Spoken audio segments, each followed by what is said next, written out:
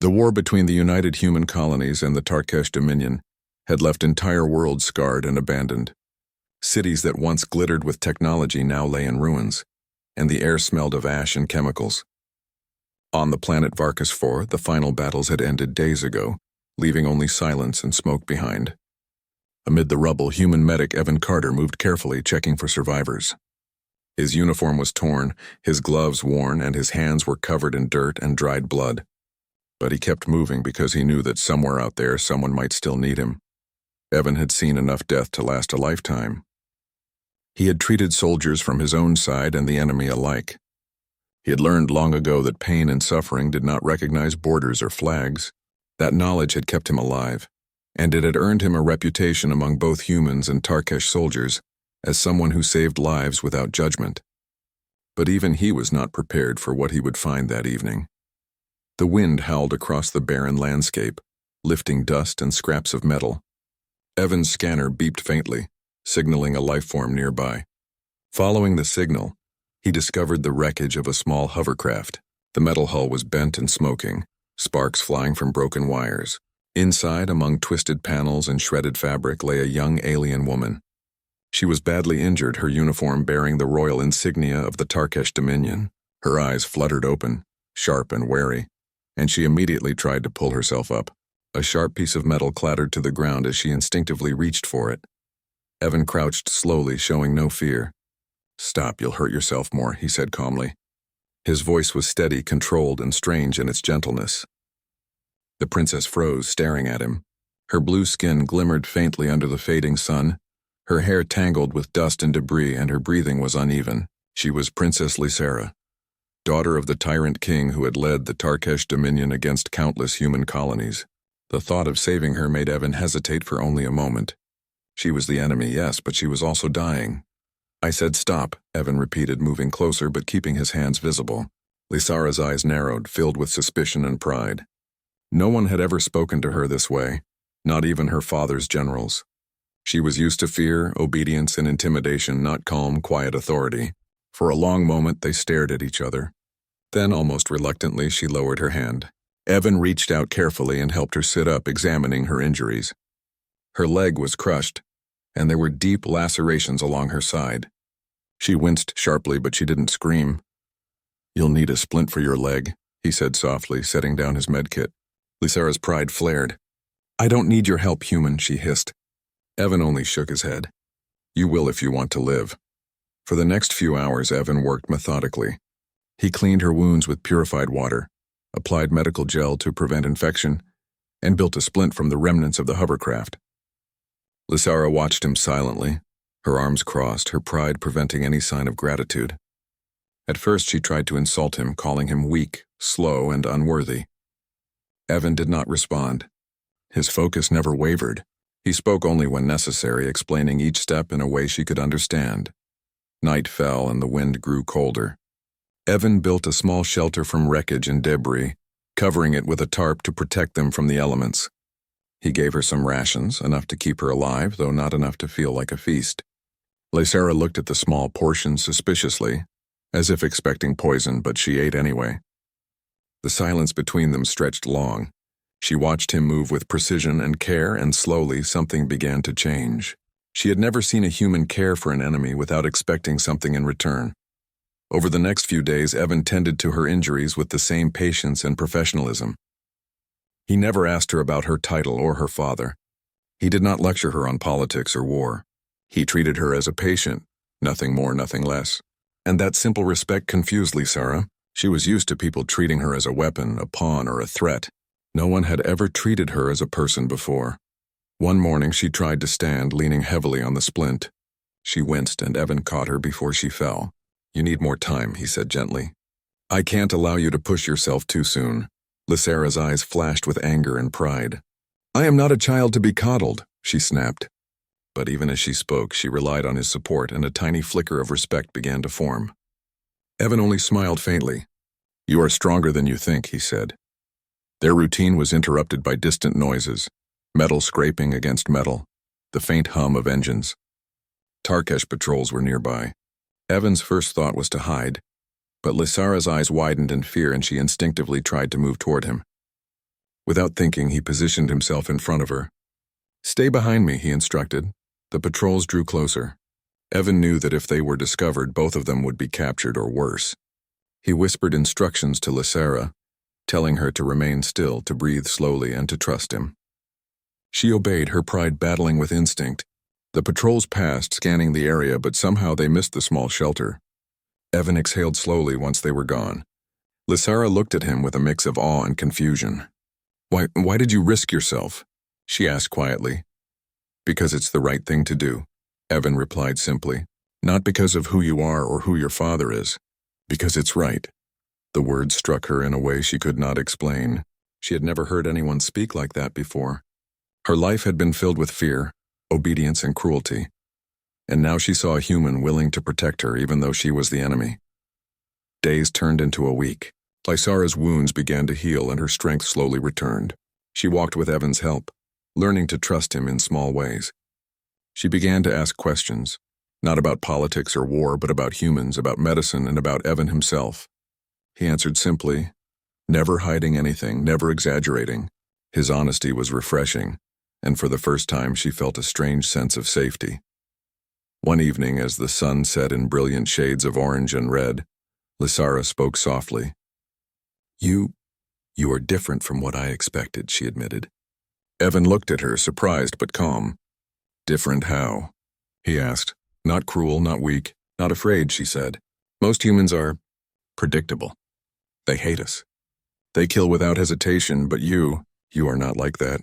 Evan smiled faintly. "I do what I can. That's all any of us can do." For a moment, silence fell over them, broken only by the wind. Lysara felt something unfamiliar stir inside her. Gratitude, yes, but also curiosity and perhaps even respect. She had never allowed anyone to see her as a person before. Not her father, not her generals, not even her tutors. But this human, this medic, had done just that. Suddenly the ground shook. An explosion rocked the ruins. Dust and debris filled the air, and Evan grabbed Lysara, shielding her from falling metal. The patrols had returned, alerted by distant scouts. They were closing in fast, and there was no time to hide. Evan looked at Lysara, his expression calm but determined. "Hold on to me," he instructed. They ran through the ruins, dodging burning debris and crumbling walls. Lysara tried to fight, to push him away, but his grip was firm. For the first time in her life, she realized that she was relying on a human, not as a soldier, not as an enemy, but as someone who cared about her survival. They reached a small alcove just as the patrols arrived. Plasma weapons hummed and fired, scorching the walls around them. Evan covered Lysara, moving her behind a broken column. He returned fire, not to kill, but to distract, giving her a chance to move safely. She watched him in disbelief. This human, who had no formal combat training, was holding back trained Tarkesh soldiers. The firefight lasted only a few minutes, but it felt like hours. When the smoke cleared, Evan and Lysara were still alive, though exhausted. Lysara's pride had been stripped away completely. She looked at him, her voice barely a whisper. Why didn't you just run?" "Because you're not just a princess," he said. "You're a person. And people deserve a chance to live, no matter who they are." For the first time, Lysara felt something she had never felt before. Trust. And perhaps somewhere deep inside, hope. That night, as they huddled together in the shelter, Lysara realized that her life had changed forever. The human medic had not only saved her body, but had also begun to heal something inside her that she had never known was broken. Her sense of humanity. And she did not yet know it. But her gratitude would soon take a form that would surprise both of them, and change the destiny of worlds. The morning after the firefight, the ruins of Varkas IV were eerily quiet. Smoke rose from burned-out buildings, and the wind carried the scent of scorched metal. Evan and Lysara had spent the night in relative safety, hidden under the remains of a collapsed structure. Lysara's injuries were mostly healed, but her body still ached from the exertion of the escape and the shock of recent events. She sat quietly, watching Evan clean and repair his equipment, his movements steady and methodical as always. She wanted to speak, but words failed her. Her pride, once so fierce, had been tempered by the human's kindness and bravery. He had saved her life multiple times, risked his own for her safety, and never once treated her as anything other than a person. Slowly, a new understanding formed in her mind. He was not like any human she had ever known. "We need to leave this place," Evan said finally, breaking the silence. "The patrols will be back soon." Lysara nodded, rising carefully to test her strength. "I can walk," she said, her voice firmer than she expected. Evan stayed close, keeping a protective hand near her. Together they moved through the ruins, avoiding the main roads and scavenging small supplies along the way. They traveled for hours, their path winding through broken city blocks and scorched plains. Evan remained vigilant, scanning constantly for patrols or drones. Lysara followed closely, leaning on him when necessary, her mind racing. She had been raised to rule, to manipulate, and to dominate, yet here she was relying on a human to survive. The thought was uncomfortable, yet strangely liberating. As the day wore on, they reached a small cave hidden among jagged cliffs. It offered shelter, water from a trickling stream, and enough space for them to rest. Evan set up a small camp, and Lysara watched him with a mixture of curiosity and admiration. "You are very patient," she said finally. "I have to be," he replied. "People are fragile. You never know how much time you have with them." She nodded, absorbing the words. They ate in silence, the quiet interrupted only by the sound of the stream and the distant cries of birds.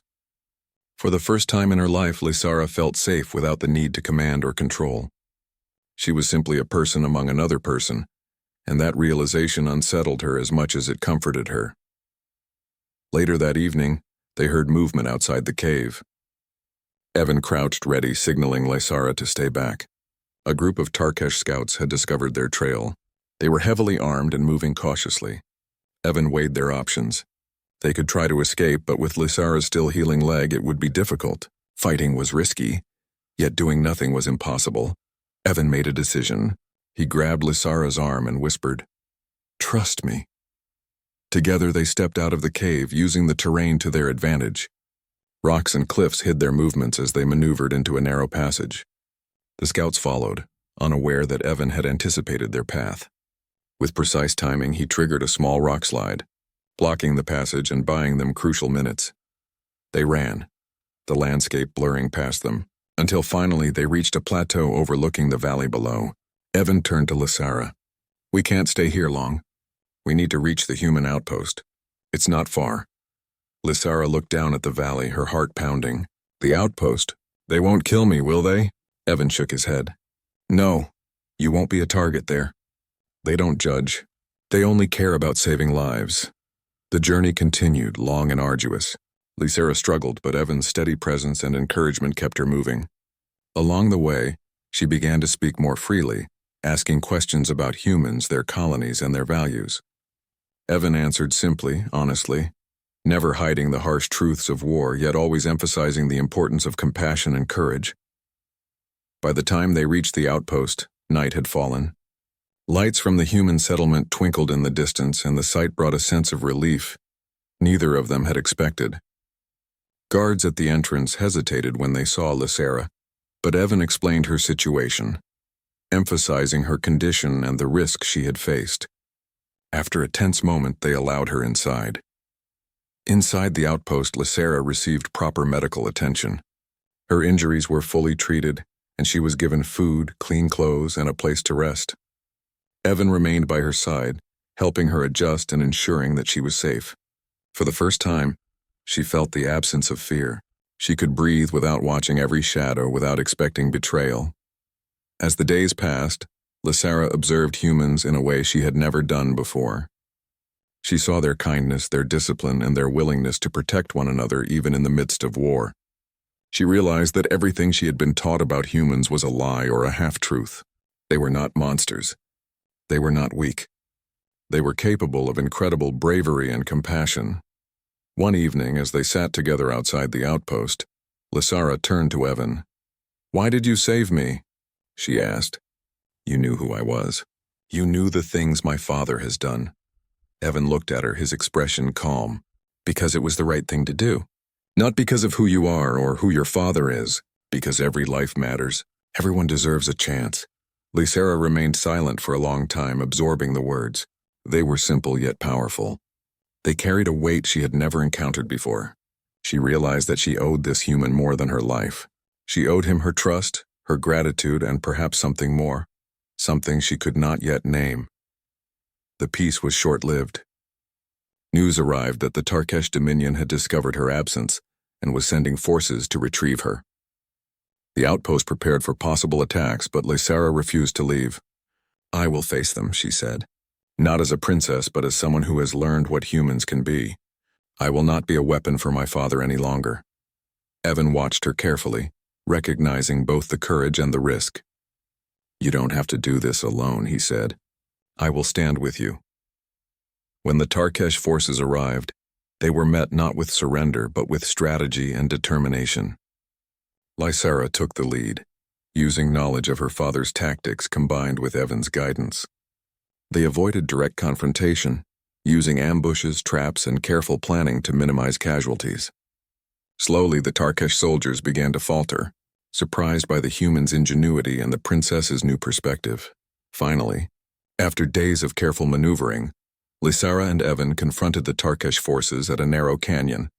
With precise coordination, they forced the enemy to retreat, capturing the surviving soldiers without unnecessary violence.